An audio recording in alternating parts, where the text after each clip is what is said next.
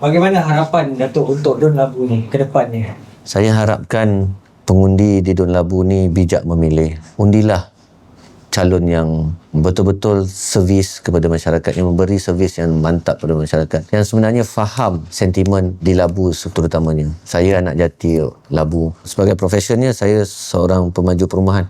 Kelebihan saya faham tentang isu infrastruktur yang perlu saya tangani, dan saya rasa ini satu kelebihan yang baiklah.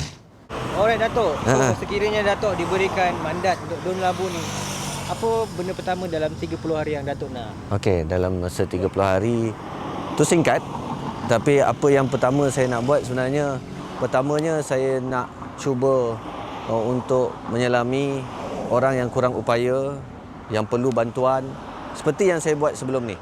Jarah kasih saya setiap minggu hari Jumaat. Setiap hari Jumaat saya akan pergi setiap kampung. Di Labu ni ada 19 kampung, saya akan pergi. Bila saya pergi 19 kampung tu, kita akan kenal pasti mana satu keluarga yang perlu diberi bantuan. Saya akan teruskan perkara tu. Kedua, saya akan buat beberapa aktiviti anak muda lah. Dan kita akan cuba kumpulkan anak muda dan kita tengok apa sukan yang mereka minat dan kita akan cuba bantu. InsyaAllah kita akan set up benda tu dulu. Dan selepas 30 hari kita akan start dengan program-program yang sepatutnya kita jalankan.